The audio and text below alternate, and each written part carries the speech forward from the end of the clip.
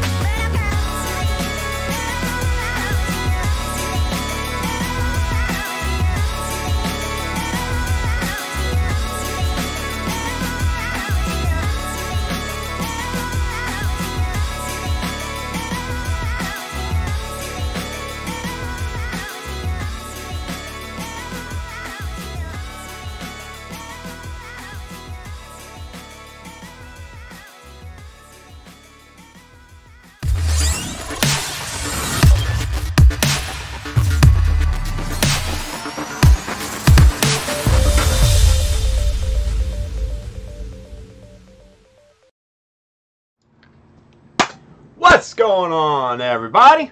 Welcome to the Child of Mecha live stream. I am your host, Tim, the one and only Child of Mecha, and tonight, Astrea Kai and Gizmo Khan Gumpla got it right. Blue Destiny shirt. Hey, hey. So, you guys, it's Monday. Welcome. It's another week. It's another week of streams. It's another week of work. It's the Monday after that terrible Super Bowl. Poo-poo. I don't know. I don't know what to say about that. It was terrible. I can't even watch the whole thing. So boring.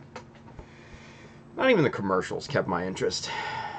So, Yeah, I just, bleh. I don't even know why I bother. I mean, one team nobody really cared about. The other team, people are tired of seeing in the frickin' Super Bowl. Whatever. Anyway, if my eyes look weird tonight, my eyes are acting up. I have dry eyes, for those of you guys that don't know, and they're acting up like crazy tonight. So they're a little dry. I put some drops in them just before the stream, so hopefully they'll start to tone down a little bit. But yeah, we're gonna work on the Mohawk tonight. And yes, Bailey, I have adopted that name officially. This is the Mohawk. Hey, before we get started, this stream in this build proudly partnered. Damn, I'm gonna get this pointing down one of these days. Proudly partnered with USA Gundam Store. So if you need kits, paints, supplies, materials, tools, whatever, hey, go check out Adam and those guys over at USA Gundam Store. Great bunch of guys. If you want to pick up one of these cool-ass Blue Destiny shirts, you can hit up childofmecha.com, hit the store button up at the top, and you'll be transported to the store where you'll find shirts and hats and bags and all sorts of stuff, right? Speaking of hats, got some new ones in today, some prototypes. I think you guys will like them. I think you guys will really like them. I really like them. I think they came out amazingly. So there's, maybe, I think 4 or 5 new ones that I got today. Yeah.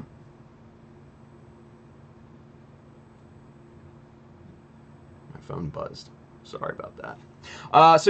Hey, about 4 or 5 new hats. Those will be, I'll show you guys those on Wednesday. Those will be up. Wednesday. So, and then I'll show you on the screen and all that good stuff. So, fun times. Yeah. So if you guys want to grab any of the tools, materials, or anything like that we're working on tonight, if you can't find it on USA Gundam Store, hit the Amazon link just below here on YouTube and on Twitch. This side, if you're watching on Facebook, and you'll pick up some cool stuff. We've got camera gear for streaming. We've got books for inspiration. All that good stuff, man. Come on and check it out. Let's see. Aside from that, let's take a look and see what we did on the what I did on the Mohawk this weekend. So camera 2, bada boom. Here we go. Let's get you zoomed in so you can see the goodness. Okay, so there's that, right? This is kind of the plain side. And then here's kind of the little bit of detail that I added thus far. Just a little smidgen. Just a little pinch, right?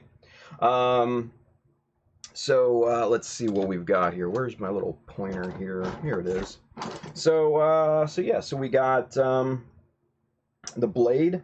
As you can maybe see, yeah, you can see that on stream. So I sharpened this side of the blade.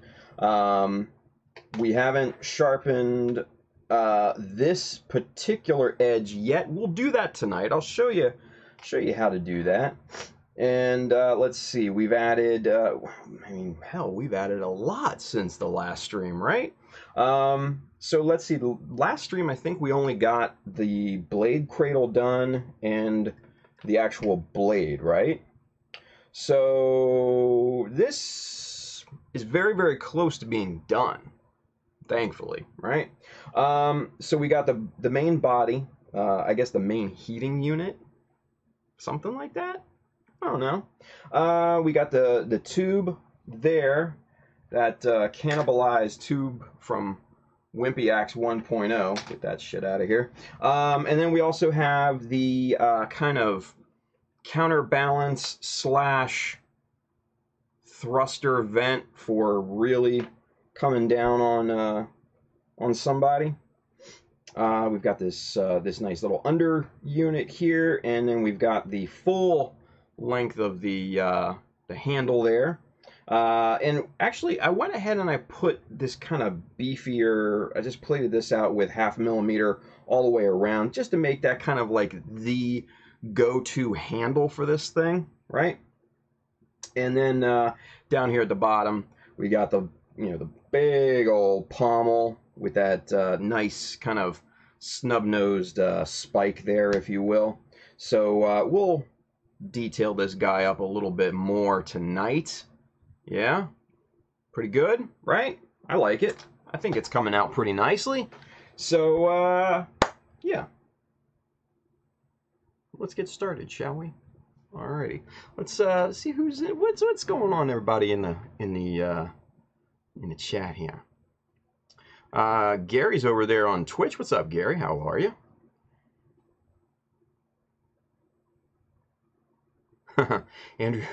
Andrew says, huh, this axe looks kind of like the second axe I made for my Xeon. I mean, I stole it from you. What are you going to do? Fight me. Hey, Adam Ryan, owner of USA Gundam Store. He's over there on Facebook. He says, looking good. Thank you, buddy. Appreciate that, brother. Let's see who else. Let's see. Scuffle's here. My boo-boo Justinius is here. William Wilms, Space Rat 53, contemplating whether or not to enter Strider Prime's mobile doll Sarah contest he just announced. Practice some kit bashing and customization. I mean, why not? Everybody's got a contest going on right now, man. There's a myriad of contests to enter. So I highly recommend entering at least one. I don't have time to enter any because this, right? This. That's my contest that I enter. So, there you go. Anyway, alright, so let's start, where do we start tonight? Let's start with the blade, shall we? So the blade, right now, is still detachable, right? And then the handle is then also detachable at this point. And this is just basically for ease of building and constructing, right? So we're going to put these two off to the side. Let's start. This is still a square edge right here, right? This is not sharp, but it is sharpened. So this is looking really, really good. Now, to start with, what I'm going to do, so you guys can actually see what I'm doing, I'm going to use these two blocks. But normally what I would do is I would put this right at the edge of my table like this. Imagine if this was the edge of my table or my workbench, right? I would pop this right here at the very, very edge and use this as, basically to stabilize this blade, right? Because we're going to need this big old sumbitch here. So let's get this at a proper angle so I can work with it. And then basically we just kind of go to town on this. This is a bad angle for me right now.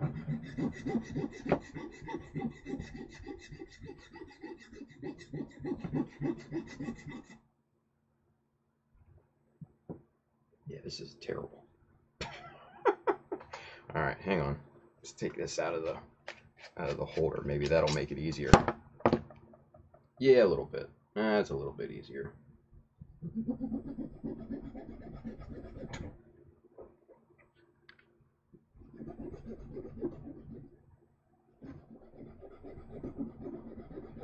So, like I said, you want to kind of keep this right on the edge of your workbench, your table, whatever. If you've got blocks like this, maybe use these if you want.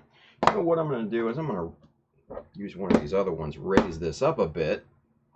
And yeah, that's what we need. We need just another block in there. We'll put the handle back on.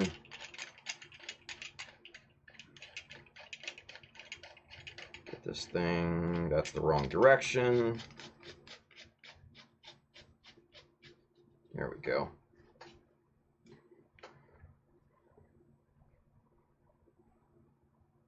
Okay, so, yeah, there we go.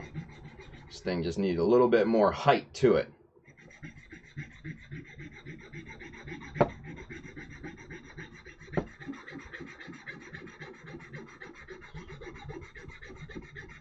So we just take it, and as you can see, I drew a line right here. Now, to draw that line, I used one of my old scribing jigs here, and just kind of set it along the edge, right, and drew a line with that. That way, you have a completely even line around those two edges of the blade on both sides.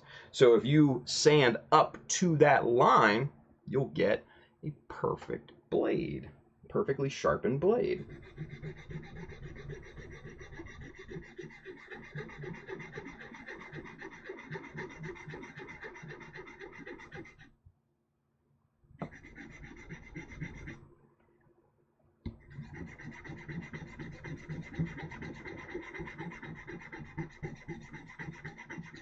Now, one thing that I forgot to mention to you guys is,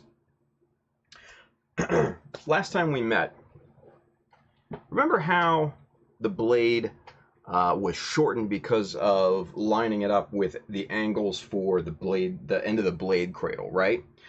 So, what I had to do was cut this thing in half, and you can see this white stripe in the middle here, right? I had to cut it in half and then glue 2 pieces of 4mm plastic together, and then sandwich that thing in there to extend it 4mm.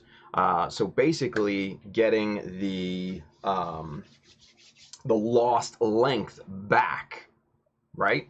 So that's how we lengthened the blade, and then now, as opposed to what it was last time we met, now it's got that nice little space right there, like it does in the drawing, right? Boom. Nice. So that actually worked out quite well. It took a little bit of sanding, obviously, and but yeah, it came out quite nice. Came out quite nice. I'm happy with it, right? So we'll just get this thing sanded down right so that line just disappears, right? And there it is. Okay, so now, oh yeah, that's good. You check the profile of it. So basically like this, right? And you can see that angle is nice and perfect, mirrored on both sides, right? Check the other side. Yeah, looking good. Looking pretty good. Now, this edge here is still a little rough. So what we need to do is we need to take a sanding block and just kind of sand this edge down a little bit so it smooths it down. Again, keep it on a flat surface like this for stabilization, and then just kind of go to town with it. Oh, shaking the damn camera. Sorry about that, folks. Gotta do what you gotta do, you know? You gotta do what you gotta do. Hey. But now, that is crispy. Crispy. Yeah. It's got that nice angled edge to it, the whole 9 yards. That looks really good. I'm very happy with that edge. So that's how you sharpen kind of a blade like this. It's not hard. You just have to be really careful with it, and you just kind of have to have a steady hand and keep it even, right? So we assemble this thing back together, and now, whoop, not on camera, now we've got this nice finished edge to this thing. So this Zaku has a pretty mean-ass weapon at this point. Even though it's going to get sliced in half, it's still pretty damn mean.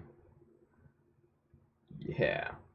Now, one thing that I like to do, and I did this around this edge up here, is just to slightly bevel that edge. And what we're going to do is we're going to do this around this bottom edge here. Now, the reason why I do that is to just kind of take off the hard edges of the exposed non-sharpened edge. Just a little bit, nothing crazy, right?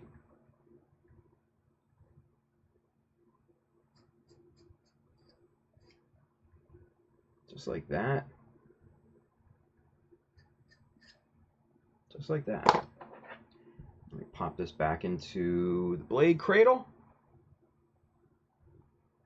Here she is. Yeah, that's looking really, really good. Now, for some of you guys that were here on what, I want to say Friday? Friday? Yeah. When we kind of drew this thing up and we conceptualized and all that fun stuff, right? A bunch of people had some amazing suggestions. Julius Dembski, he suggested the quote-unquote boomerang edge. So this thing was going to be straight originally, but hey, you know what? We extended this thing out, and I think it just looks more like a cleaver, like something crazy right now, yeah? And then, what? I think, who was it that suggested to utilize the hose? Was that Handren? Or was that Bailey? I forget. Anyway, one of those gentlemen, I think it was Handren, and then Bailey suggested the name, so yeah. Handren suggested to cannibalize the hose off of the Wimpy Axe 1.0. Get that out of here. So that came out really, really well. You know, used two 3mm circle rounds there for couplers and everything. Just really good. Oh, was it Chris? My bad, dude. So anyway, no, dude, there were so many suggestions and stuff like that, and there was so much information going back and forth on Friday. You never know. You never know. But that all looks really good there. The counterbalance, which was originally going to be a hammer side, and then I was just like, I kind of like the vent, the thruster vent to it. So pop that on there. All came out really, really super good. Scribed a 1mm by 4mm slot right here in the handle, and this thing holds, the Zaku holds this thing like it's nothing. Like it's the Wimpy Axe 1.0, and I'll show you here real quick. We'll mock this up just in a second. Pop that right there. And the slot in the hand. Wrap its little digits around there. And let's get zoomed out so I can show you. Boom. Yeah. I mean, that looks legit, you guys. That looks legit. I mean, I'm super happy with that. You know, he can kind of hold it like that. Just kind of slinging it over his shoulder, right? But then he can also, like I want him to do, is kind of rear up like he's getting ready to come down on somebody, kind of like this. And I mean, he's holding it for days. There's no issue with that, with the weight or anything, and I'm super happy with that. Yeah, once this guy's done with the rest of the customizations, he's gonna look like a complete and total badass, but not compared to the Gelgoog that's gonna slice him in half. So, yeah. Real happy with that. Real happy with that. So, we'll set the poor little Zaku off to the side. Let's do some more detailing on this guy, right? So we really don't need too much. We don't need to do anything more with the blade. So we're going to set this off to the side. So we don't mess that up or anything at all. We're going to set the handle off to the side as well. We're going to focus mainly on this kind of heating unit, the head unit, if you will, or whatever. So let's get zoomed in there so we can see what we're doing. Ultraman Dyna says, that axe is freaking awesome. Thank you, brother. Let's see. What else? Shield of Iron over there on Twitch. Heavy Metal Zaku Zaku 2R2. Boom, yes. It's kind of what we're going for, right? Let's see, what else? So I'm just, again, I'm skipping around on the comments here. So if I missed your comment, don't fret. I'm not avoiding anybody. I'm just kind of looking for stuff. Tex Marquise. What's up, Tex? I love the over-the-shoulder pose. Very hi-ho, right? Off to work we go. Gremlin's Gunpla Garage.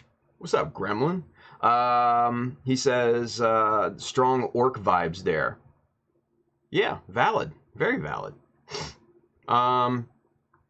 Terry T says the proportion of the axe to the Zaku is great. I think so too. I think it came out really quite nice. It's a nice, big, hefty weapon, but it's not laughable large, but it is imposing, right? Right?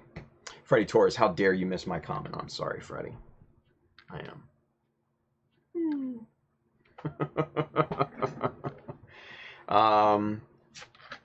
Yeah. Andrew Young says you get used to it, Freddie. Cheers to that, Andrew. I know I'm missing a rack of comments tonight, guys, so trust me. I'm not avoiding anybody. If I had time, or let's say this. If I just read comments the whole time, I would get nothing done. And then Dean would be pissed at me. Right? Is Dean even here tonight? Has anybody seen Dean? I don't know. Anyway. Freddie Torres says, no, I refuse to be Andrewed. Good. I like that. I like that. I like it. Being Andrewed is like an honor, Andrew says. Very good.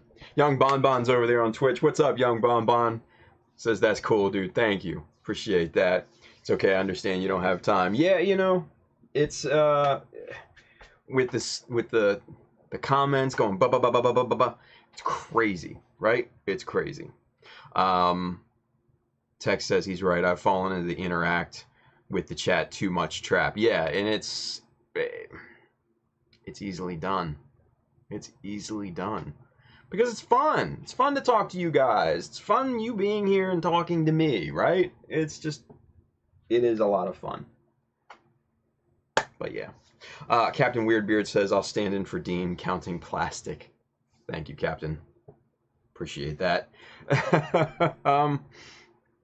Oh, man. Ultraman Dyna says, it's okay. We prefer you to work on your build. I know, right? Tex says, dead on balls accurate. It's fun. It is super fun. It is super fun.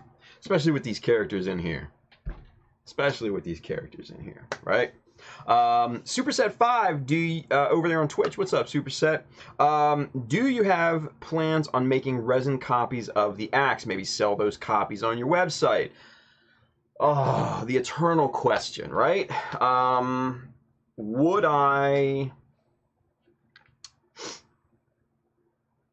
I resin cast this and make copies of it? Maybe. I'll be honest with you, I've been thinking about it. Simply because this is coming out so well, yes, I've been thinking about it. Haven't made a decision just yet. But potentially. Let's put it that way. Potentially. So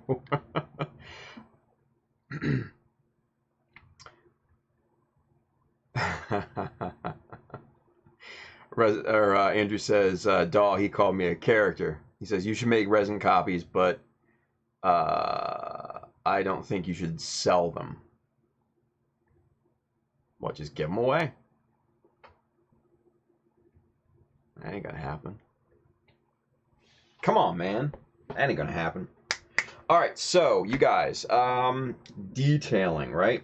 So, these little jobbers here, these little teeny tiny minus molds there, those are, I think, 2 millimeter.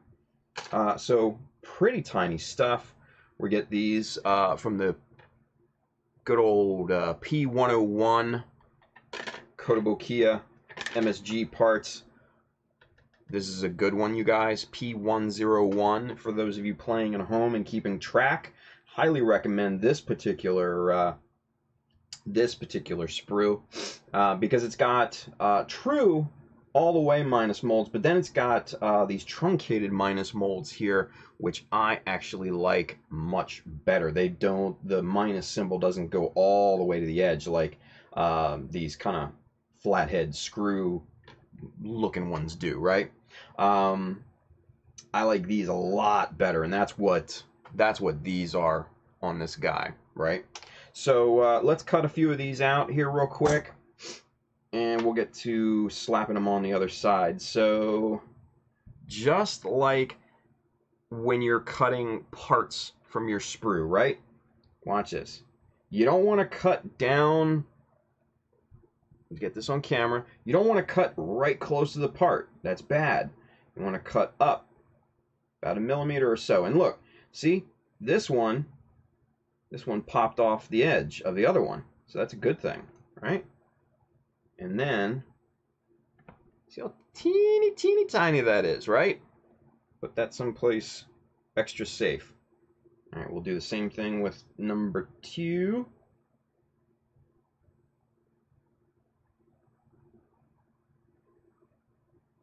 Oh, and that one looks like it popped off too. Yep, look at that. That one popped off as well. So we got 2 teeny tiny little minus molds here, right? But we need to trim those up just a bit. So nice sharp NT cutter blade, brand new, out of the packaging just earlier today. And we'll just trim off this little bit of sprue there, the nubs.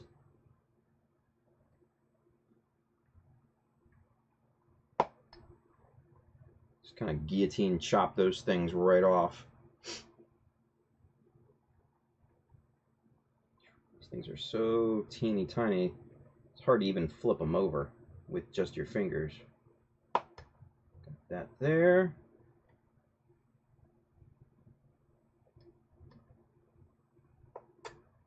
And there we go. Job's done. Cool. All right, so flip these over. Now, obviously, you're not going to be able to place these things with your fingers. These things are just way too small.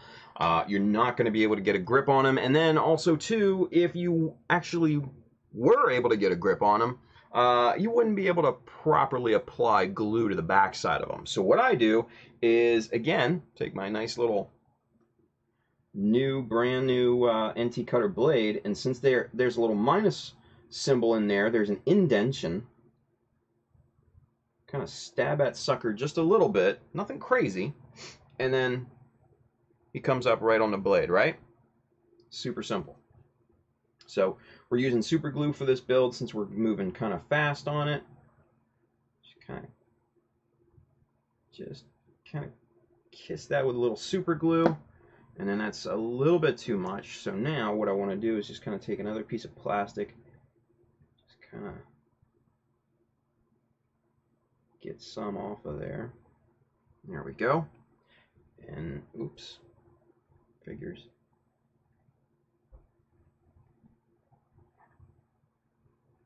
We're going to place this ever so gently in place.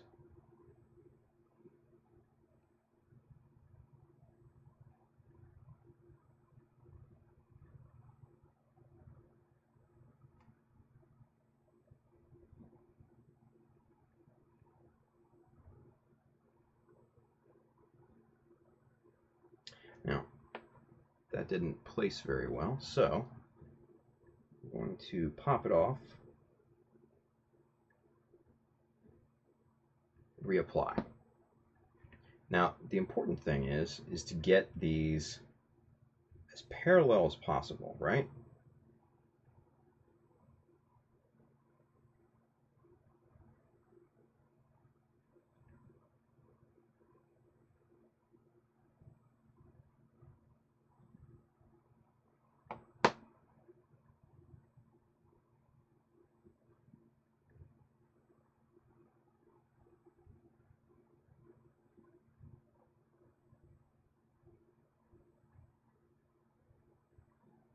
Okay. Pretty good. Pretty good.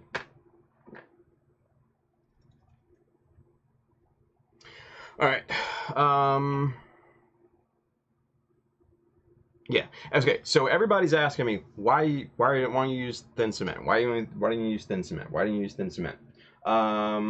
Mainly because the thin cement with something like this a lot of times doesn't hold that great because there's not a ton of surface area.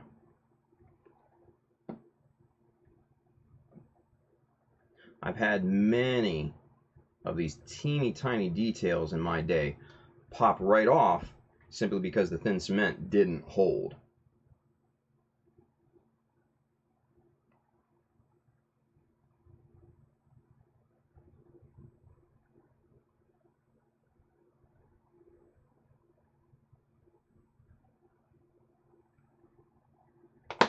And we're going for speed here, so I don't want to dick around with thin cement waiting for it to dry and cure, right? Good. Parallel. Sweet. Excellent. All right, so good detailing there. Let's bring this guy in. And let's see, where did I get that from? I think I got it from, we're looking for this little kind of cross plate there. And I got it from this one. This is P124. For those of you guys looking for some of these have really good kind of I guess these are what, minus plates, if you will. Nothing? I don't know. So these are really good. They come in a myriad of sizes, rectangles, squares. They've got these kind of weird notched rectangles and squares. So yeah, good little bit there too. So we're gonna clip one of these off here.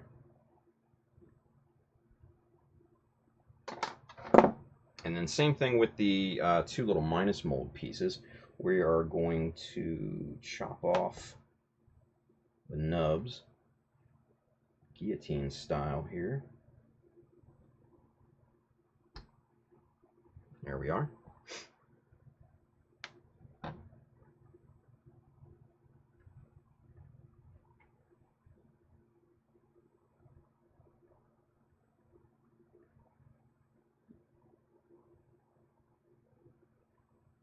Okay.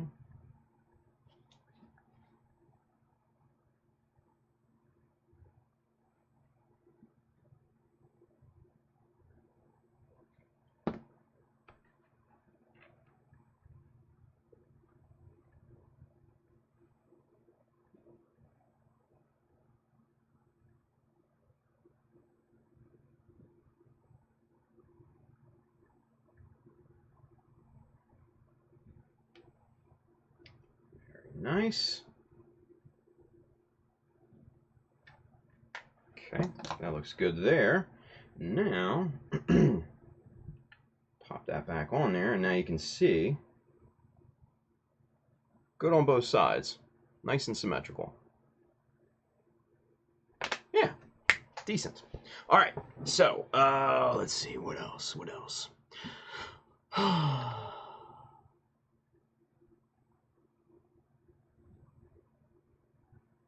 Scuffle says, I use a cooked grain of rice. When that sucker dries, it's hard as a rock. For glue. It's pretty awesome. It's pretty awesome. Hey, Julius Dembski. Brother, good night. Have fun. Thank you for watching. Yes, sir. All right. So, what else can we do with this guy? We've got this pretty much matched up on both sides. Now, the big thing that is going to come into kind of the detailing play here is this big, is the main body here, the big heating element piece, the part that connects everything together, right? So that right there needs something. Now, whether it's a vent or whether it's a circular mold, whether it's just a plate of extra plastic, I don't know. We're going to figure that out. Andrew Young says, drill 3 holes as detail. Or 6 holes. No, probably not. Edwin RSA is over there on YouTube. He says, when you are done with the axe, are you going to keep the parts separate or will you glue it down? It's a good question. I'm still contemplating that. Originally, I had thought about keeping the blades separate, but I don't know. Because what I was going to do is have the blades separate for ease of painting and everything, but now that I think about it,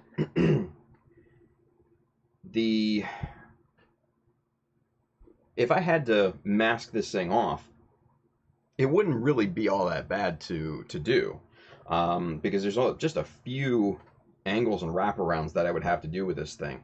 So I would spray the blade first, the colors that I would want it, mask that off completely, and then shoot the rest of it.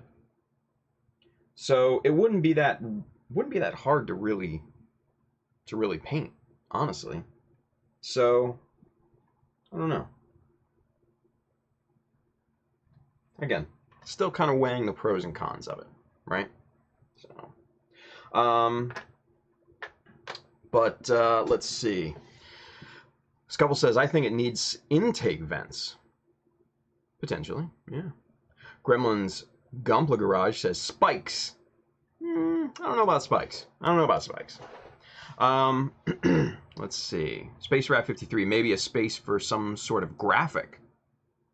I like that idea. I do. William Wilm says maybe do scribe lines to make a panel for allowing mechanics to get into the guts of the Hawk. See now someone's right there, right? William, you've been paying attention, sir. You have been paying attention. I like where your head's at, buddy. Yes, I think the thing to do at this point is to leave the side of this fairly plain, if you will. So that way we can have some warning decals and stuff like that on the side. Something, right? But we do need to suggest some mechanical details, some mechanics inside this thing, right? So, William Wilms, very good call, sir. Very good call. All right, so let's see. We'll get out the good old trusty. What is this? 0.15, 0.30. There we are. That's what Daddy likes. All right. So, before we unleash those guys, we need to come up with a design on this thing, right? Excuse me. Ultraman Dinah says, it looks great just the way it is now. I appreciate that, man. Appreciate that. Needs a little bit more, though, I think. Scuffle says, just slap a decal that says something like, there are many axes, but this one is mine. Thank you, Scuffle. Junk Guild 1! What's going on, Junk Guild? Maybe panel lines with a minus mold that acts as a securing socket or maintenance opening. See? People are learning. I like that. I really like that. Makes me feel good. I like where your head's at. Where your heads are at, people. I do. I like where your heads are at. All right. So yes, so I think we definitely add some sort of panel in here to suggest that there are some sort of mechanics underneath.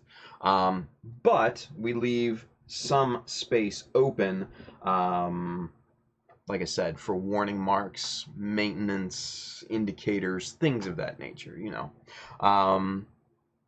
RF Aurora, Andrew 2. Unleash the Krakens. Nice. Gremlin's Gunpla Garage. A little space for warning. You will die if you don't know what you're working on. This thing. Nice. Decals would fit well. RF Aurora. Decapitation imminent. I like that one too. I like that one too. That's a good one. Alright, so with this, let's see. Now, what I always like to do is kind of follow the shape of the piece that we're coming up with panel lines on, right? So something like this around the top here, right? Around this side maybe a little bit. And then we bring it down here. Bring it down on this side. Actually, I want this a little bit inward, right? And then bring this over like that. Yeah.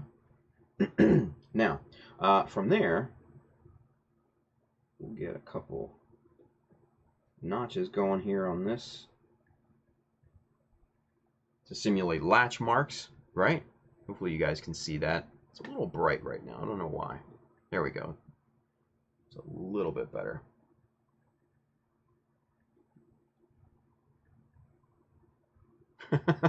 Bailey says, don't try to pee on the blade when it's activated.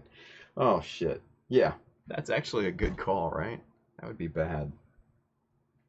Like your pee on fire.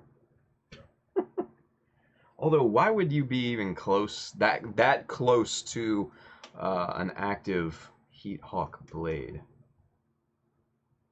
I don't know. Beware. Wow. Only Scuffle, you guys. Only Scuffle. Alright, so we've got that there, right?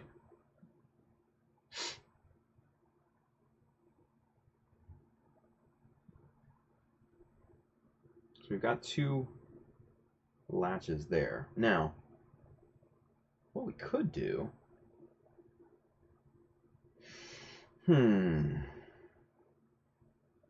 What we could do with this is bring this down all the way around the perimeter of this thing.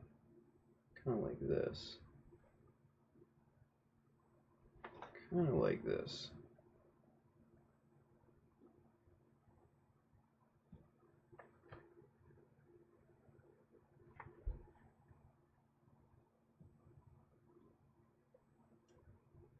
Yeah. I like that. But looking at it, looking at it on the screen looks different than looking at it here.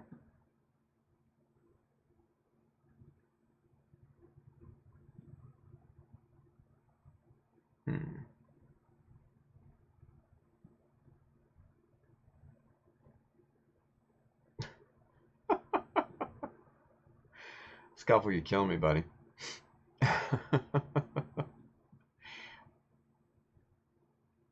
Spider2K2 James says, I reject your reality and substitute my own. Nice. Little Adam Savage there for you guys. Ultraman Dyna, have stars to mark the number of kills. Now, that's a good suggestion, but traditionally, the stars were on the mobile suit, not necessarily the weapon, because they would count for kills with whatever weapon. It didn't have to necessarily be this one. So I think that would probably be not be the best thing to put on the weapon itself. And plus, this is kind of small, so it wouldn't fit a lot of stars on there, you know? Scuffle says, LOL, that was Bailey about the P, not me. Oh, I know. You just had some colorful comments afterwards, Scuffle. R4 says, not to mention that the weapon might have to be replaced. Exactly. Yeah. Gremlin's Gunpla Garage, stars for the number of mechanics fried working on the hawk while they're peeing on the blade, right? Yeah.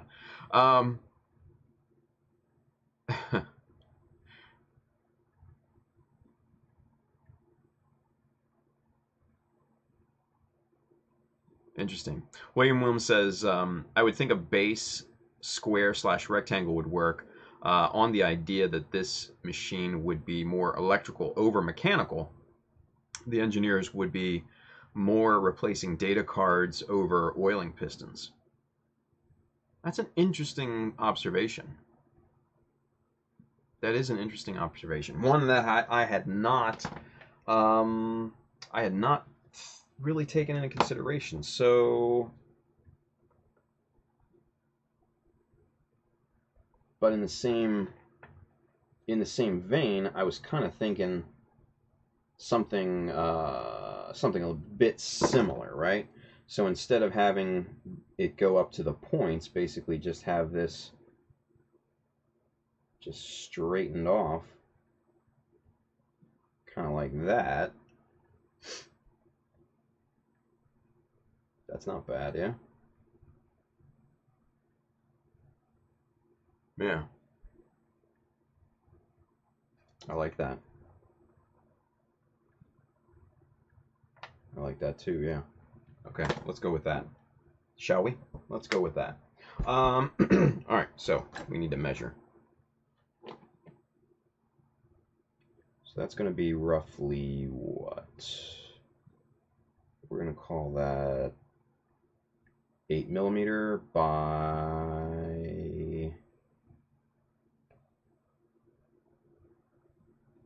10mm. Let's just go with that. 8 by 10. 8 by 10. Set the components off to the side there. Now, dimer tape. Here we go. That edge is not straight, so we need to do a little bit of trimming here.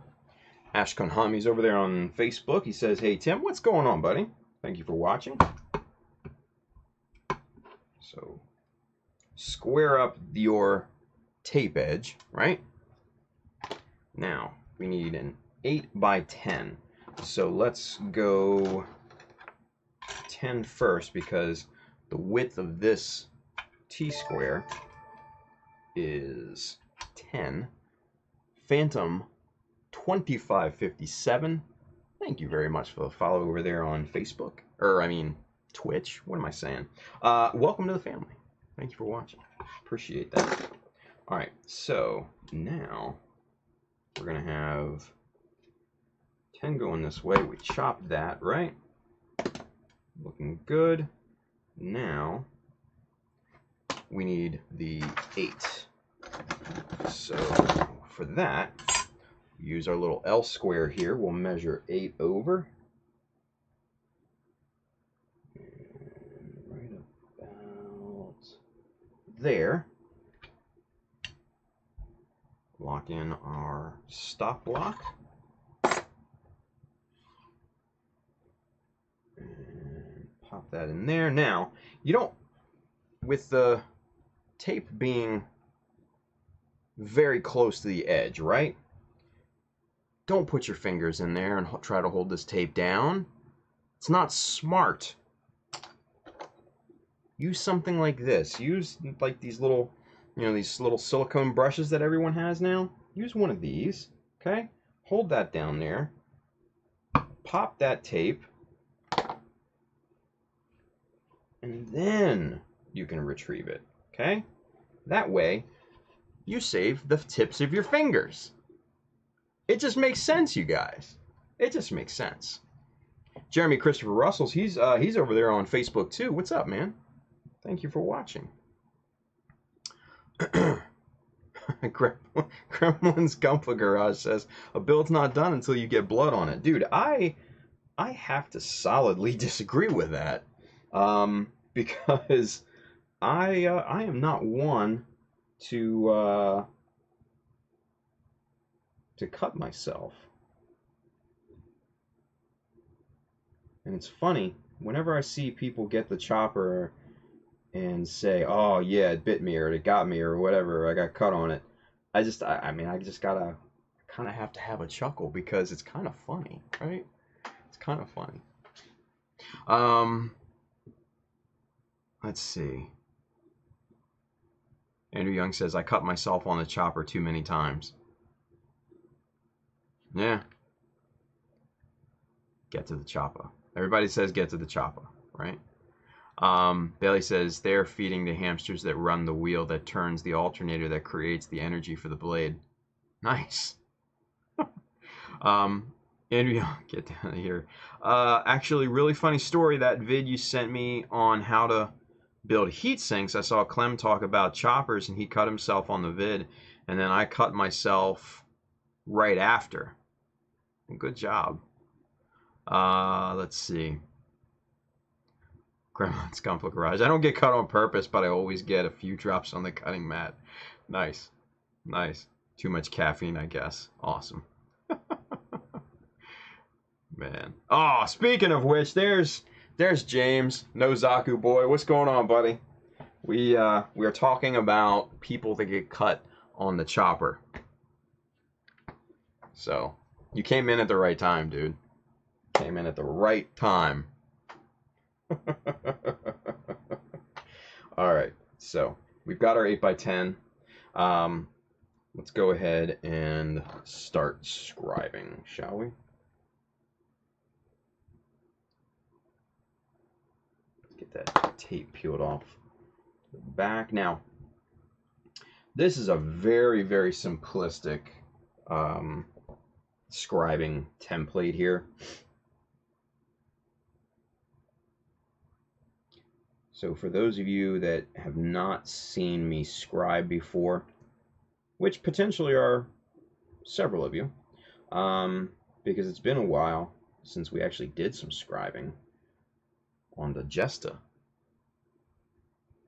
And so we'll kind of do a refresher. James Nozaku boy says, yeah, that happens. Nice. Oh, man.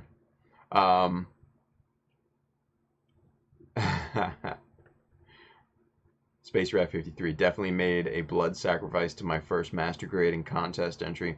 Master Grade Nemo with snow weathering to replicate the box art with a hobby knife. It won first place, though, and got me a Master Grade blue frame second revise. Nice. Nice. It's worth it then. It's worth it at that point. All right. So before we get scribing, I need to put my eyes on, because this is a little bit more of a precision type of thing, right? So with that being said, let's get to it. Now, again, for those of you seeing me scribe for the first time, this is the chisel that I use. These are BMCs. And you'll see that the sharp point right here, that's the scribing point, right? You don't want to have it upside down like this, scribing in. That's bad. You'll break the tip off. You want the sharp point down. Now, unlike woodworking chisels, you never want to push in. You want to pull, right? Now, there are exceptions to that rule, but when you're panel lining, when you're scribing panel lines, you always want to pull, not push. The only times that you would actually push with one of these small chisels is sometimes when you're creating notches and things like that. So keep that in mind, okay? So with this, we're going to use this Dymo tape as our scribing template. We're going to scribe around it, and we're going to get that 8x10 box that we wanted. So hopefully my head is not in the way. Nope, doesn't look like it. So again, nice light passes. For those of you watching for the first time,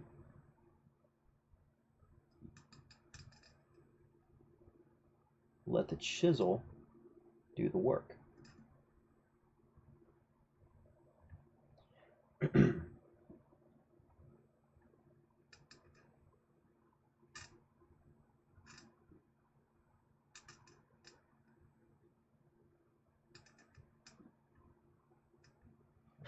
All right, so once you got the first side done, spin that around. Clockwise or counterclockwise, it doesn't matter. It's whatever is comfortable for you. And what you want to do first is try to match up that corner. Corners are the easiest thing in scribing to really mess up and blow out. People will send me pictures of their scribing a lot, and they'll be like, hey, you know, can I get your opinion on, you know, how did I do all this, all that, right? What I find most with people just beginning to scribe is that their corners are either blown out or not connected. So that's why I say corners are the toughest part, especially when you're just starting out. They're the toughest part to try and master when you start scribing. So yeah. Hey, Donnie Baxter's over there on Facebook. What's up, Donnie? Art Inc. by DB on Instagram. If you guys are playing at home, go follow Donnie. He's a good dude. Only time in 20 plus years of modeling I cut myself is when my knife rolled off my desk and landed upright in my knee. Oh, yeah. Sank a number 11 blade halfway. I had shorts on that day for easier penetration. Jesus. You know, all I can say, Donnie, is that it wasn't someplace else. Silver lining, I guess, right? But still, that sounds horrific, dude. And I've been there before. And I've had a lot of blades, hobby knives roll off the desk for me. And, like, I'm like a cat. Like this, right? And I let it drop on the floor, and I've seen hobby knives just go straight into the carpet or my my chair mat and stuff like that. Yeah, that ain't funny. That ain't funny, man. Whew. I feel for you, other brother. I feel for you, man. Whew. Yeah, just thinking about that, going right in your knee. Nope. Nope. Not today.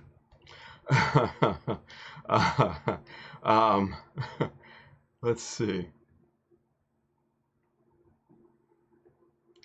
Let's see. Gremlin's Gumpla Garage. I was about to ask how to avoid overshoot like that. I guess starting from the corner on each side and working toward the center might help. Yeah. So, like I always say, it's best to sneak up on the corner, right? You don't necessarily have to start in the corner, right?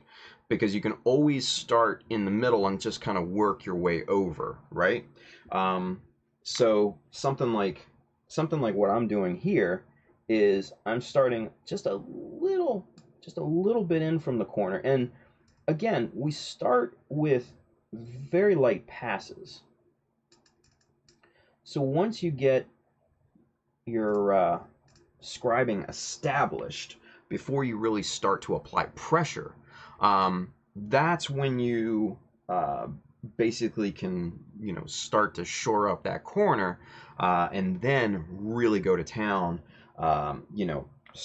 Starting to apply some gentle pressure, and you want to, move the piece back and forth side. Wow, that just looked really bad, didn't it, with the big eyes here? Yeah, put that back up. That's weird. So you want to, switch back and forth, angle to angle, and then just kind of shore up those corners. Be good to go. So, like the number one thing outside of blowing out corners and stuff, go slow. Light, easy passes, go slow. That will ensure accuracy. So, Shield of Iron over there on Twitch. Yeah, hobby knives are dangerous and cursed, more so right after you put a new blade in it. Yeah, that karma. Yeah, I think that's karma. Yeah. Spider2K2 says, I'm just going to say this as an EMT. I am not helping anyone with gumbo-related injuries. Thank you, James. That's good.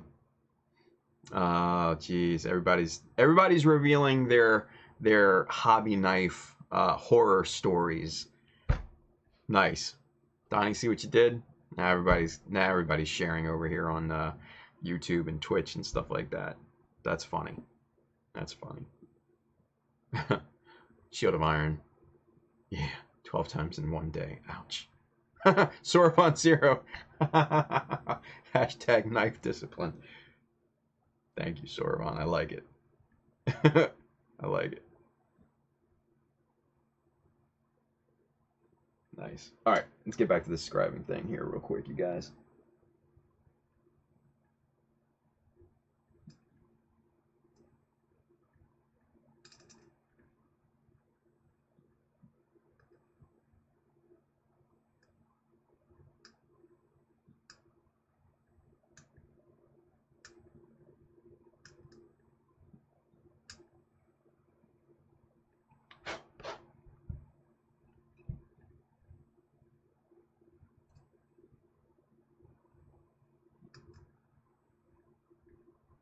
Okay, that looks pretty good. Now, another technique that you can do is start your line in one corner and go almost to the edge of the other corner, but stop before you get there, right?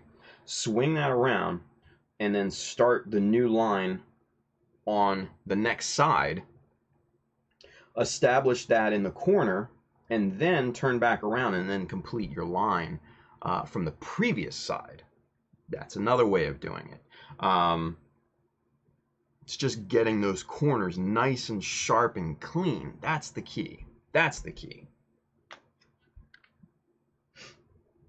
So like here, I haven't scribed all the way over to this corner yet. So what I'm going to do is I'm going to start scribing this side now. And I'm going to start in that corner.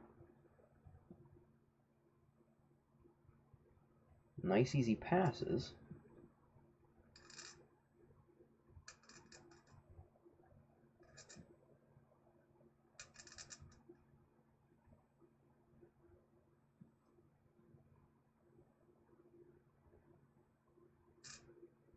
And yes, I get very quiet when scribing because concentration is key.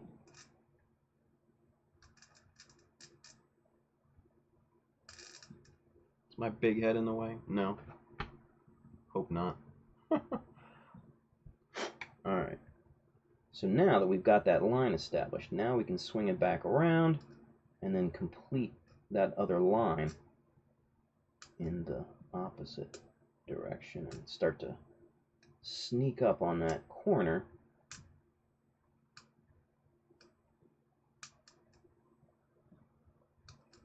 And connect everything up. That looks good.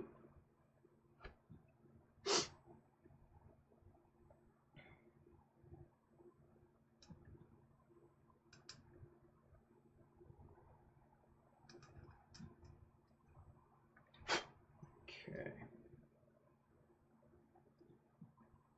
Now, another way of doing it, so all sorts of ways of doing it, right? You can start to scribe on one side, bring that down a little bit more than halfway, swing that around, and then start scribing from the other side, and then that way you shore up the line on both corners. That's another way of doing it. Whatever is comfortable for you and suits the situation. That's the biggest thing. That's the biggest thing. Because different situations will sometimes call for different solutions to tackle the problem.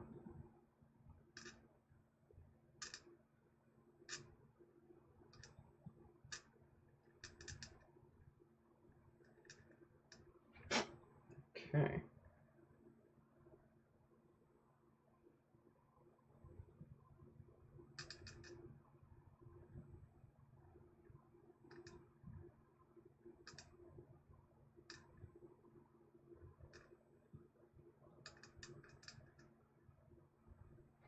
All right, last side here real quick.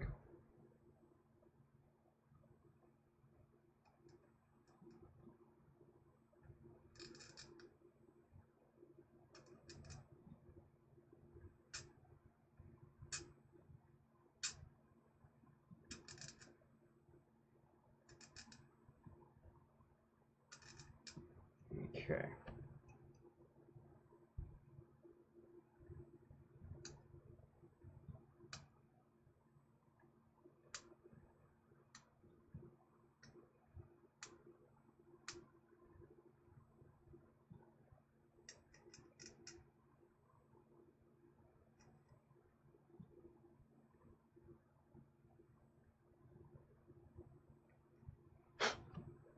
All right, so this looks to be pretty much done, or at least we're done with this template here. So now we can peel this up and kind of see what our work looks like, right?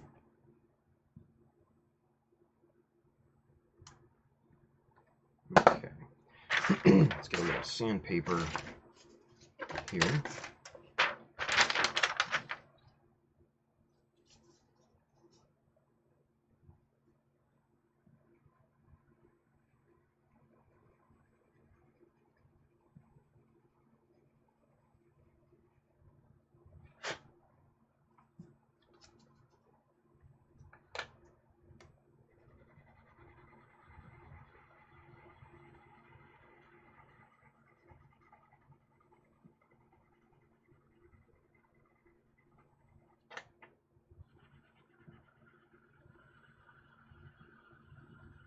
Now, it's also important once you scribe these things to sand them down, sand down the panel lines. Reason being is because when you scribe in and when you scratch the plastic, the sides of where your scribe line is, they'll start to go up like this and start to basically like peak, right? Just ever so slightly, nothing crazy. But if you don't sand it down and then you go to paint, prime and paint and all that stuff, you will see shadows and things like that. So it will become noticeable.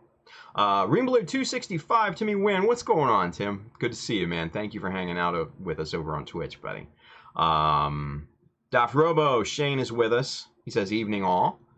Jay Lynch is with us. Hey, what's going on, Jay? Quick question, is there that much of a difference in tone of the Tamiya enamel sky gray and the light gray? I don't know. I don't use Tamiya enamel. Hard to say. Yeah, why are you all stalking James? I don't get it. Nozaku boy.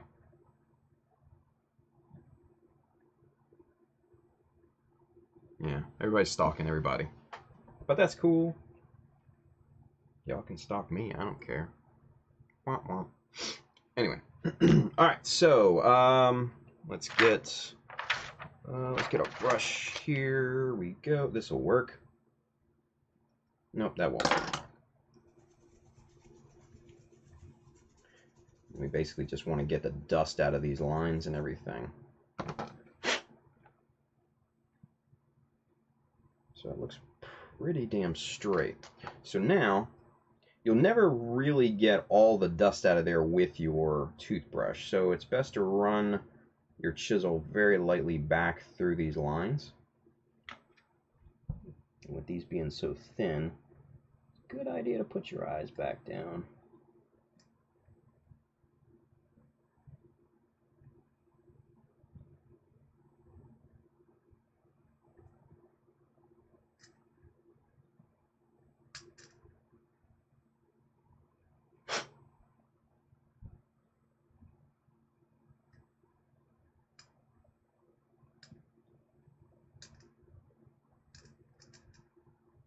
Okay, looks good there.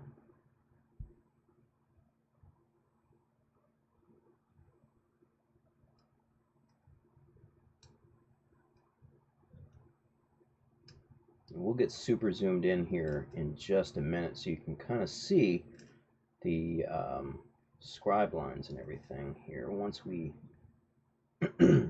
once we get this box cleaned up, and then once we get our middle line scribed in and those notches that we were talking about before, we'll get nice and zoomed in so you can see all the gory details.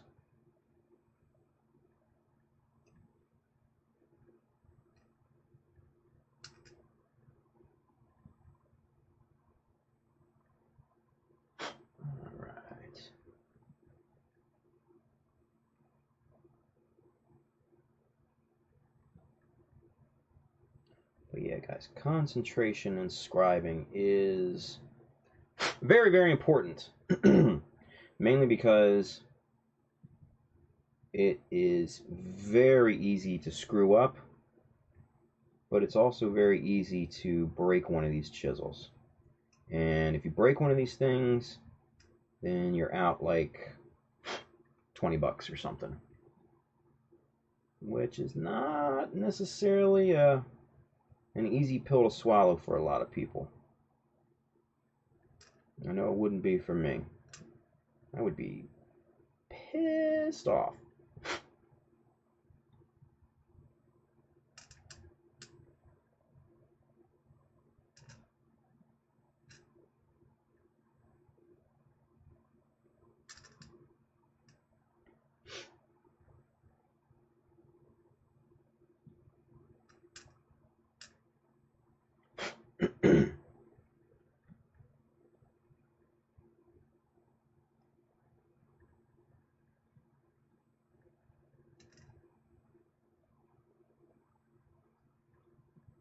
All right, so there's that.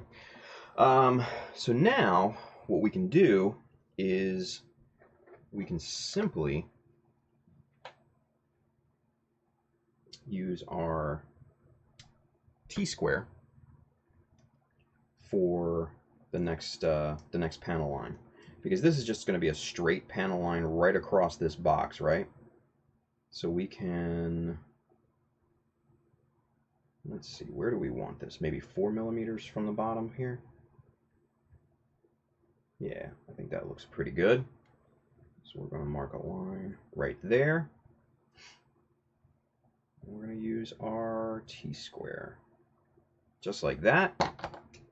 And now, 0.15 again, right across the belly of this thing.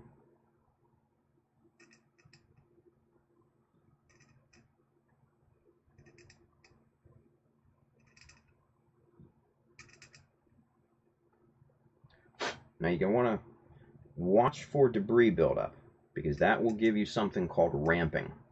What ramping is when the little pieces of plastic that you're scraping out start to build up at the very end of your scribe line. And what happens is that they basically form like a ramp, and your chisel jumps out of the line and scratches the rest of that shit. And that's a bad thing. And unfortunately, it happens to us all. Happens to me, Happens to Josh. Happens to everyone I know. So it's just one of those things. If you can avoid it, that's the best thing to do. It's still going to happen. And you're still going to have to go back and fix it.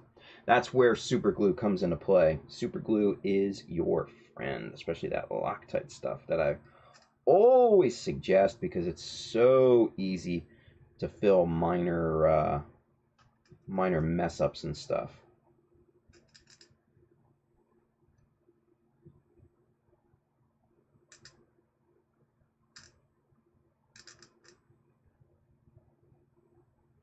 All right. So there's our 2 boxes scribed. Obviously, the bottom one is shorter than the top one, and that's by design, right? So we're done essentially with our 0.15. So, as I always say, and if you haven't heard it in a while, chisel discipline. Take care of your chisels, people. Put the cap on your chisel so you don't break the tip. Because a broken tip is not fun for anybody. Just saying. Broken tip is not fun. I'm telling you. It's bad. Very bad. Let's see. Let's get caught up with the chat just real quick here. Let's see. Roomblade265. Timmy, when is it possible to get Tamiya enamels in the States? That's a really good question. I don't think I've ever seen them here in the States anywhere. Sorabon Zero says, not really. We have domestic enamels, so nobody bothers to import Tamiyas. It's very true, yeah. And from what I've heard, they're really good enamels. They're not like those shit tier tester crap little square bottles that we get here in the States, right? But what are you gonna do? So yeah, I don't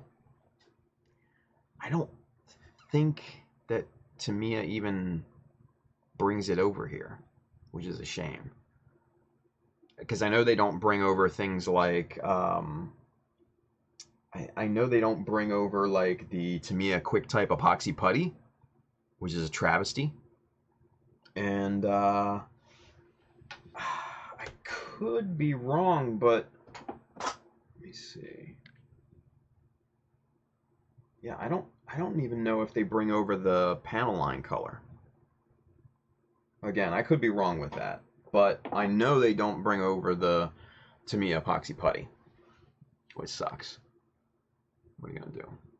Ron Art's over there on Facebook. What's up, Ron? Thank you for watching again, buddy. Welcome. He says, good day, everyone.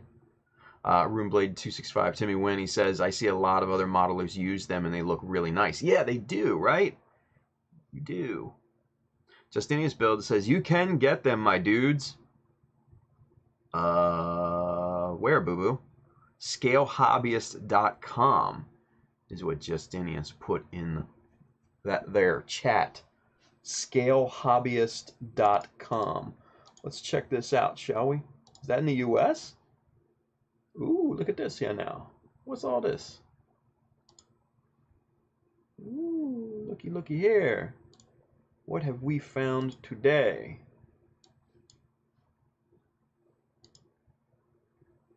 Huh.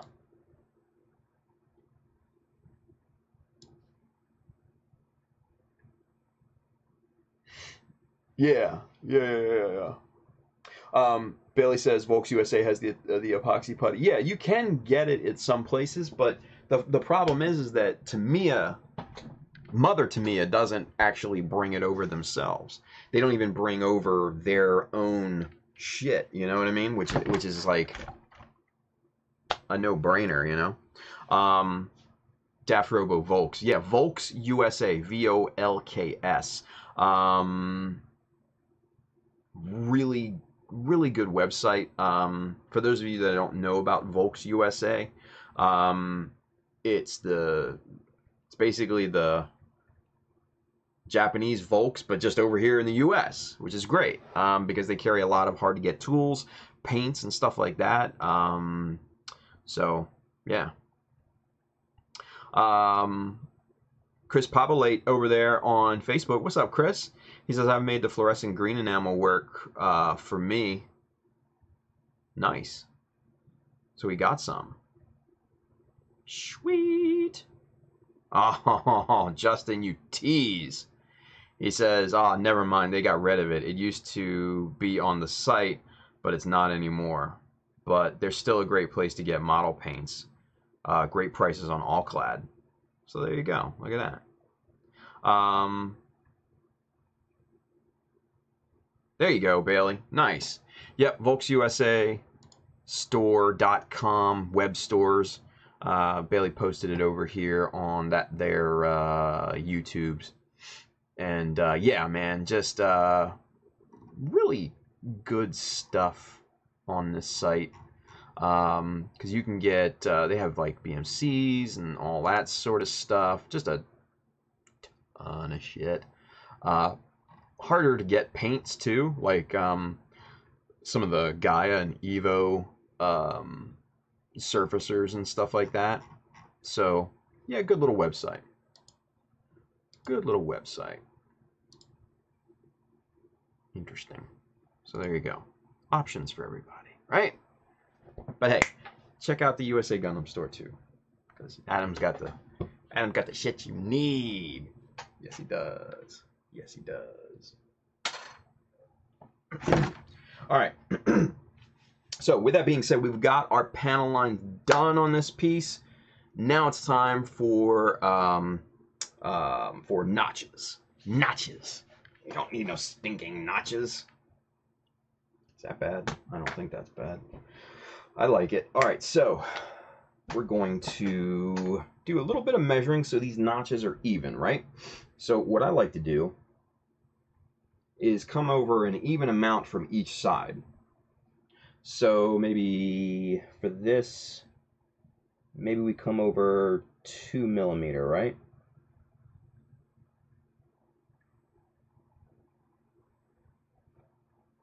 Where's the pencil? There it is. So we come over 2 millimeter, make a mark.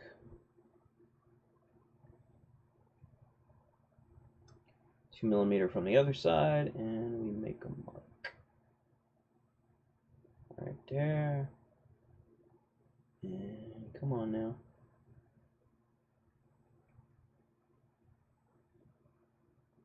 And right there. All right.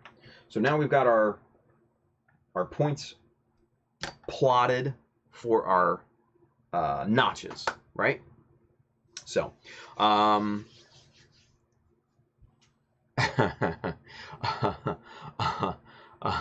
Shield of Iron says these notches aren't just for show. Oh, never mind, they are. Yeah, exactly. Chris Pabalade over there on Facebook. Not sure if you remember that Barbatos Lupus Resin conversion by Extreme Squad. You and Justinius looked through a while back, but that used Tester's enamel fluorescent green. Man. You know, the Tester's stuff, for the most part, is crap. But sometimes you get lucky. Sometimes you win the lottery. Sometimes you get like a nice fresh bottle or something like that. Or you work your magic like Chris did and you make it look good. So there you go. There you go. Bailey says, yeah, the Tamiya enamels are really tough to find. They are. And you can find them on Taobao, but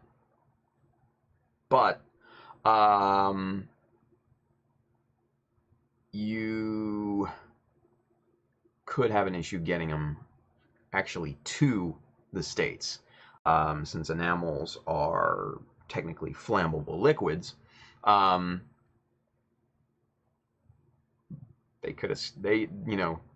Customs could confiscate your shit. So just saying. Roomblade 265's, I like to use the Tester's enamels for hand painting small details, but I've never really sprayed them. Like Andrew Young over here on YouTube had mentioned, he uses the what is it? The oh God, what's it called? The Model Masters, right? And I know Brandon Hopkins, B Hop, one of those Gundam guys, and one of probably the most knowledgeable people that I know when it comes to enamels. Has used Model Masters enamels for years and years and years to paint all of his models, and they work great. And obviously they're very sturdy and very resilient as well, being enamels. So, you know, buying a better quality enamel, like a Model Masters, is probably a good idea. I actually have a few bottles of Model Masters enamel up there, and they work really well. You know, I use them. I used to use them for washes and stuff like that before I picked up the Tamiya panel line wash. But you know, before that, yeah, they work pretty well. So, Jason Calaire, and knowing is half the battle. Yo, Joe, that's what I'm saying. I'm sure Jason said something before that. I don't know. Getting lost in the chat here, you guys. The Model Masters is still tester. Yeah, it's their higher price line, but it is what it is. Andrew Young says, you know what I did with the Tamiya enamels? I stuffed them in my luggage, in my socks. Same with the Moto paints. I got away with it. Yeah, you know, sometimes you get lucky through TSA, you know? It is what it is. Enamel shouldn't be any more of a hazard than lacquers. Yeah, I mean, they're both the same.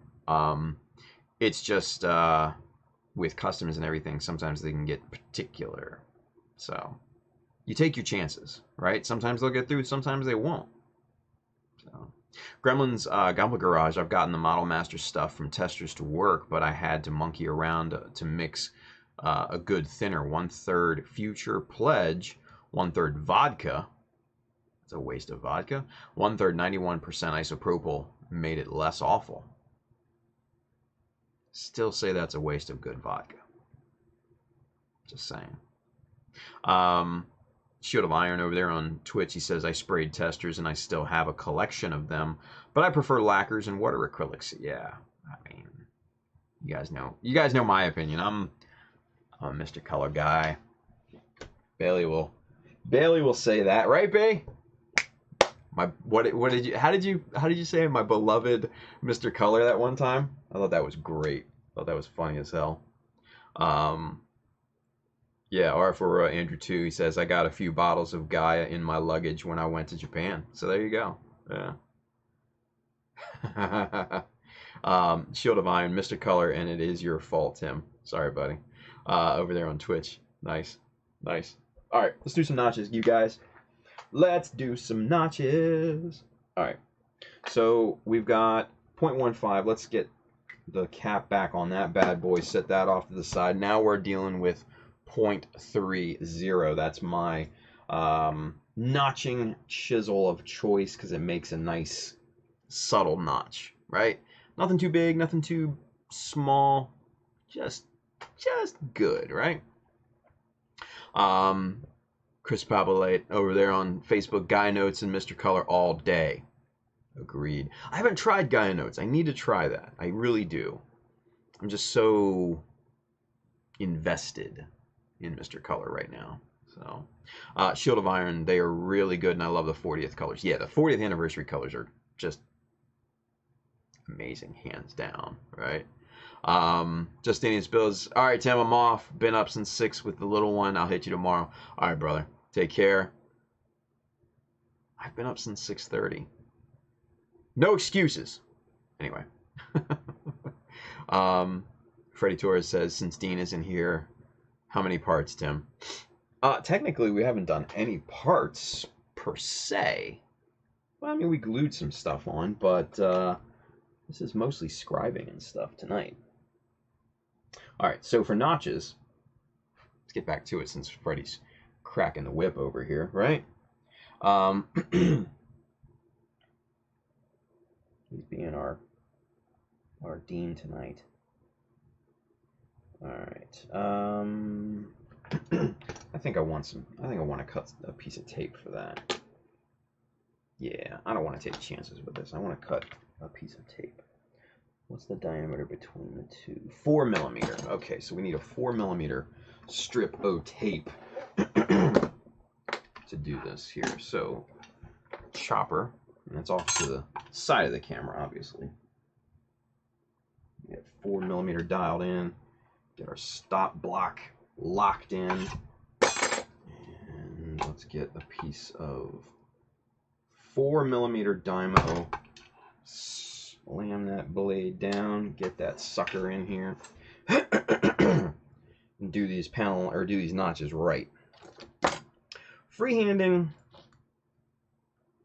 you know, I will usually freehand the notches if I'm feeling good, but this is the first time I've scribed in a while, so better to be safe than sorry. You know what I mean? So, No Zaku Boy says all about SMS. Yeah, dude. Scotty's got a hell of a product in SMS. I'm going to tell you that right now. He really, really does. I really like SMS paints. I just wish they were I wish they were a little bit easier to get here in the States. Obviously, you can get them from Adam at USA Gundam Store. But I'm jealous of you guys down in Australia. They can just go to a freaking store and pick them up, right? So, there you go. Chris over there on Facebook, he says, what's great is Gaia Notes works great with Mr. Leveling Thinner. Yeah, you know what? Mr. Leveling Thinner, you guys, really is kind of a magic liquid, man. It works with practically everything. So, I mean, hell, look at it. It works for Mr. Color, Tamiya, Gaia Notes, AK Interactive, their lacquer line. I know it works with them. Tamiya's lacquer line, I've heard it works very well with them as well. It's just magic in a bottle, I swear. So, Just Denny's Biz says, I'll give you a few bottles of Gaia, Tim. I have some. Aw. Thank you.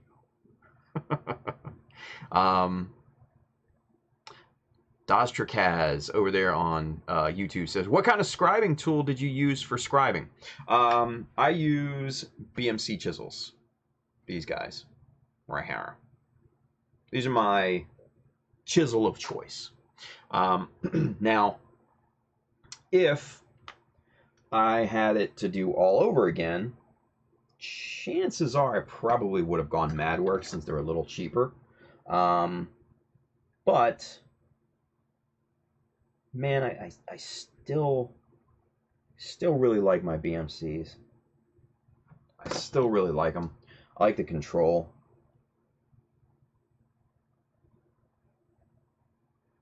And they are a little easier to get here in the States.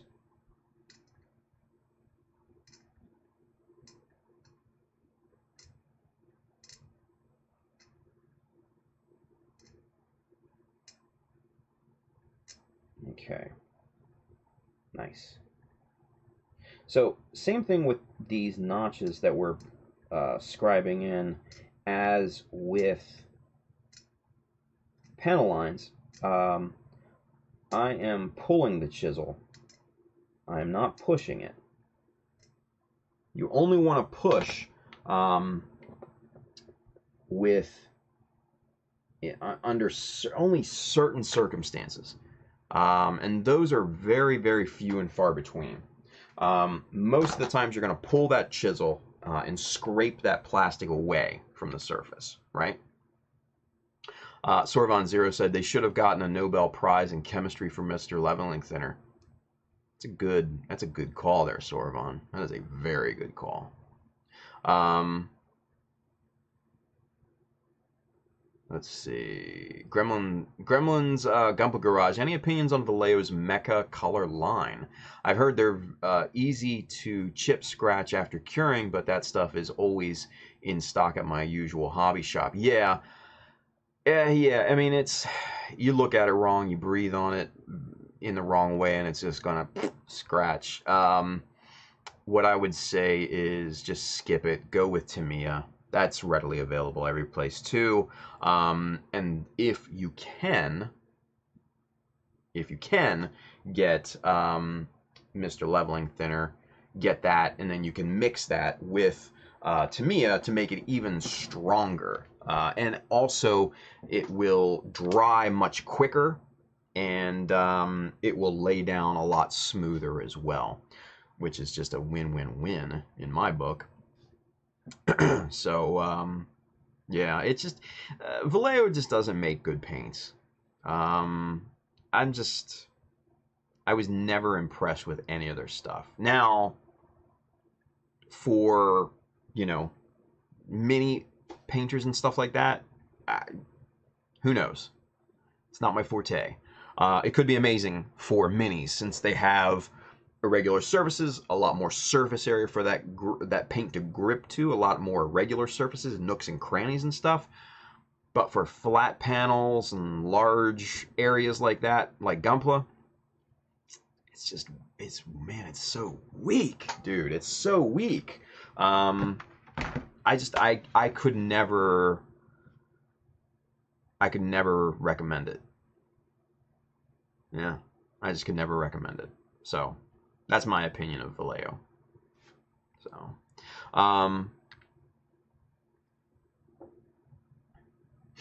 R4 Aurora Andrew 2 says it's a good paint, but I only brush their where did I just lost my place? Damn it. I only brush their metallic since I can't get them through my airbrush without issues. Yeah, and that's another thing. A lot of people will it'll dry tip on a lot of people, and that's not fun. Like, I've never had dry tip on my airbrush spraying Mr. Color or All Clad or Tamiya with Mr. Color leveling thinner mixed in. I've never experienced dry tip, but with Vallejo, it seems like it's a common thing. What are you gonna do? Nozaku Boy says, I love the stuff, but I only use it for dio work and hand painting these days. See, there you go. Bailey says, generally no more scratch prone than other acrylics I've used. That's just the nature of water-based acrylics. And that's true as well. That's a very, very good point. But,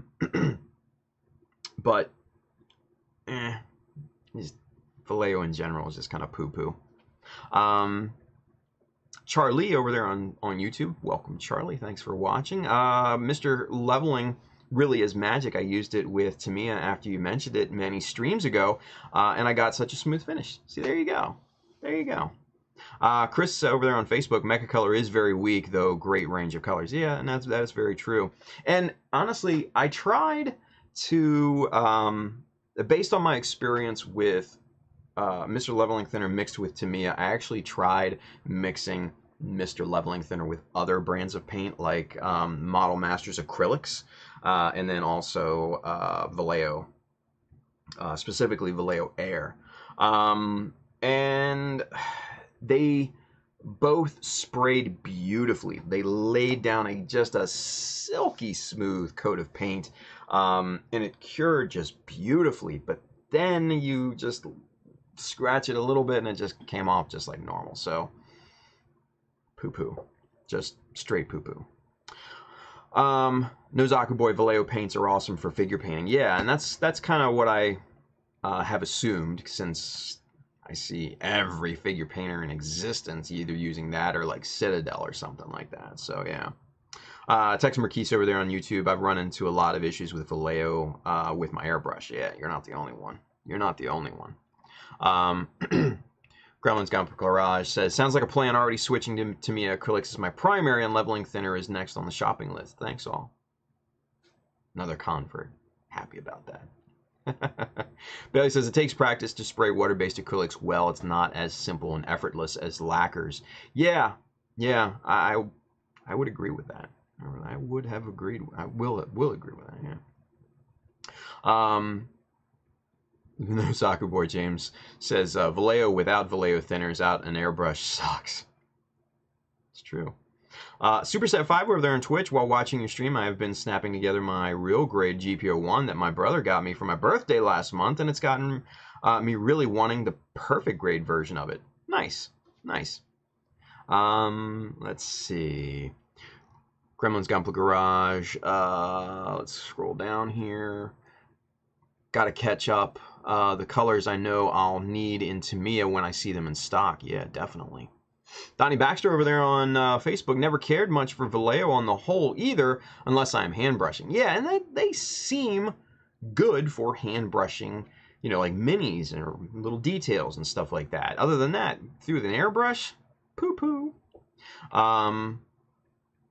Bailey says, I've had 0 issues spraying Mecha color metallics. Yeah, and you know, it's funny because I've heard the metallics are like on a different level than their regular colors. Not sure why that would be, but hey, it is what it is, right?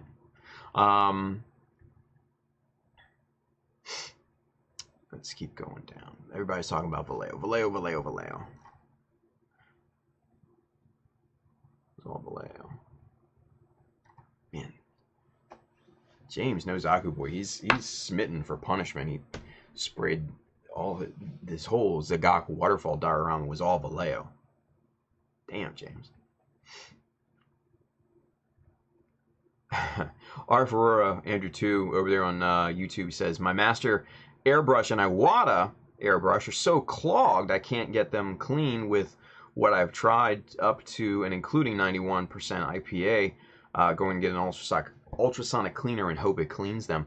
Man, other than that, man, dip them in straight lacquer thinner, like the hardware stuff, the really harsh shit. That should clean it out nice and good. Gamerbot, I bought Vallejo not knowing about it and used it for hand painting. The amount of layers I had to apply for my red beret was insane. The experience turned me off painting for a bit. Yeah, that happens. Now I have the Army Painter's War Paints. I like it a lot better. Nice. Space Rat 53. What's a good brand if I want to hand paint? Oh man, I will defer to other people on that because I don't hand paint. Now, Justinius Builds, he recently posted a video about hand painting where I think he was painting with Createx, if I'm not mistaken. It might have been Citadel, now that I think about it. Yeah, now that I think about it, I think it was Citadel instead of Createx. Yeah, he just did a whole video on hand painting, so I highly recommend watching that. So, yeah.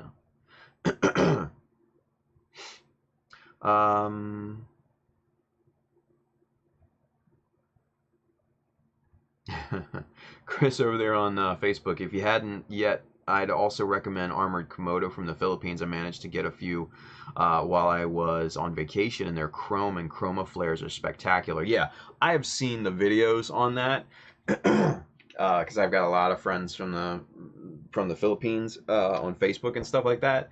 And holy shit, do those paints look insane. I don't know what I'd ever do with them, to be quite honest, but they look amazing. They look absolutely amazing. Yeah. Ultraman Dinah says, so now that the Heat Hawk is pretty much done, what's next? That's a great question. That's a great question, Dinah. I believe starting to customize this bad boy right here, because I think I have everything that I need to customize him. So we're gonna get started on that here, probably within the next stream or two. So yeah.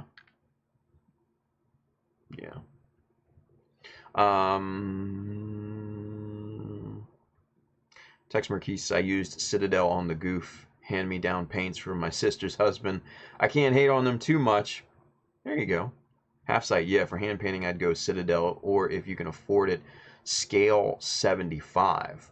Never heard of that, but again, I defer to anybody else when it comes to hand painting, because you guys know me, I airbrush everything, even the little shit details.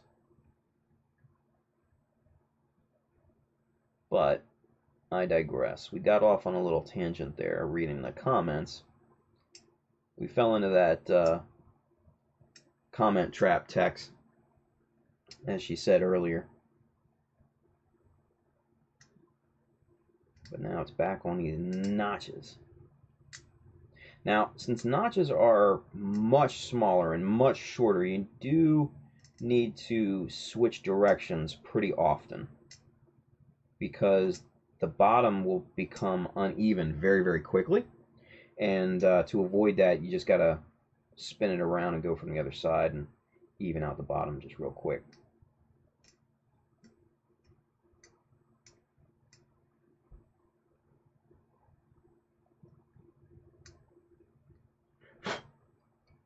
Oh, you guys, I forgot. When people come into the stream that I know and that I am a fan of, I try to shout out their social medias and stuff like that. But Chris over there on Facebook, Chris, what Red Runs? Red what shit? I forget how on Instagram. Red something. Shit. Whoa. Almost dropped my phone. Huh.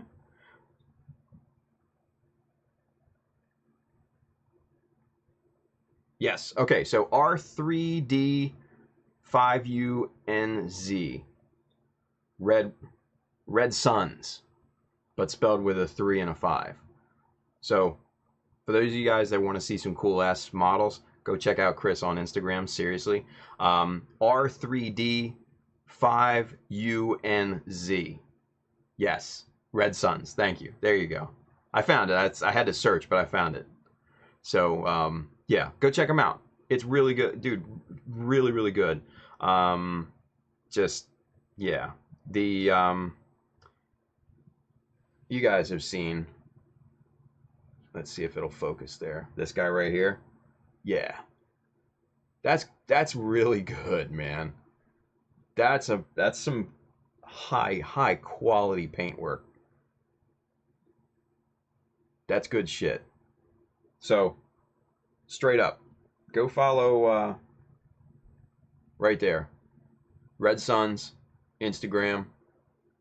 Go do it right now. Anyway, so yeah, there we go. Let's see what else. What else have we missed? Yeah, the chat read went Wonderland real quick. Yeah, I know, right, Tyx? Let's see, Shield of Iron. Oh yeah, Tim, the Shazar team Jesta BC has a master grade now. Yeah, I saw that. P Bandai. So, poo-poo. Poo-poo! Alright, so what? Let's do a time check. 11:59. Okay, cool. So we're going to get the scribing done. And we're going to sand it up. And we're going to kind of get the super zoom. And then we're going to call it a night. We'll circle back here on Wednesday. Alright. So let's use the 1.15 to clear out these lines.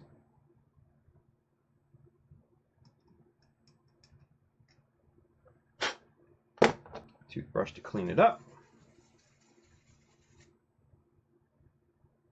Crispy. Alright, and as always, chisel discipline, right? Get you some of that. And now we do super zoom. Alright, where did super zoom go? There it is. And booyah. Alright, let's get that centered up in frame. So there you go, kids. That's what she looks like. All scribed up. Where's my little pointer? Damn it. Keeps going. There it is. Keeps going missing on me. So, like I said, man, we got to get these corners nice and tight. Those are solid and locked in, all four. We've got the straight line across the top as the kind of hinging door, if you will. right? And then we've got these two nice little notches there. So that's going to look really, really cool. We can have a nice big old warning mark here, maybe something a little bit more subtle down on this this panel. Hell, we can even put something, you know, something down here and something up there. Maybe like a circular mold or something like that, right? We can get crazy with it. So, looks good. I think that is definitely what we needed. So, William Wilms, suggestion of the day, having it square like that. Yeah, having it square like that was definitely a good call. So, with that said, let's get back into camera one. We'll finish this up here. Chris over there on Facebook, for those wanting to try notches when you're squaring up the edges, try to keep a light, consistent pressure. That way it stays the same depth on both sides. Exactly. Yep. And just switch, keep switching back and forth. Good to go. Good to go. Let's see. William Will says victory is mine. Nice. I like it. All right. Hey, you guys, good stream. Good show tonight, so thank you for swinging by, as always. If you want to pick up one of these awesome Blue Destiny shirts with the little exam thing here on the sleeve, man, go get you some of that at childofmecha.com. Hit the store button at the top, where you'll be transported to the store. Shirts, hats, bags, all sorts of cool stuff. If you need models, paints, and other supplies, check out our friends... Damn it, one of these days I'm going to get it. Our friends right there on USA Gundam Store. Adam and the boys, man, they're great. They are partnering with me on this entire build, so big shout out to them. And as always, if you want to pick up any of the supplies, tools, and stuff like that you see me working with tonight, you can hit the Amazon link just below if you're on YouTube or Facebook, or YouTube or Twitch. Facebook if you're over on this side if you're watching on Facebook. So, I think that's it, right? Yeah. So, hey, come on back on Wednesday. We're going to show you the new hats and stuff like that. Preview those for you. And we're going to continue working on this thing. Hopefully by then I'll be done with the axe, and then we can move on to this guy here, right? We can start kit bashing him and customizing and getting crazy with this Zaku, right? Because we need to get him dressed up. So we need to get him dressed up so he can get messed up. Yeah, yeah. He's gonna get sliced. It's not gonna end very well for him. That I can assure you. But before we slice him, we're gonna try to make him look good. So, and what I might try to do, and I don't know if I'm still 50-50 on this. What I might try to do is make 2 sets of parts for him. Because Chris R was nice enough to send me a scrap Zaku, so thank you, Chris. That came the other day. And then also Spider2K2, James #2, he's also sending me one. He sent that out for me today. So I'm actually going to have 2 scrap Zakus that I have to work with. And then I also have full pristine in the box Char Zaku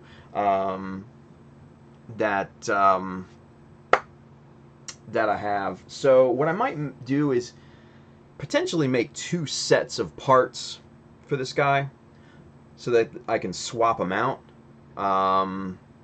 maybe, and you know, one that's damaged and then another one that's pristine. And if I wanted to show it off by itself, I have that option. I don't know yet. I'm still deciding. We'll see, right? We'll see. So, all right, boys and girls, children of all ages, thank you so much for watching. I appreciate your time. Come on back here on Wednesday. In the meantime, enjoy your Tuesday. Be safe out there. Build something cool. See you on Wednesday, guys.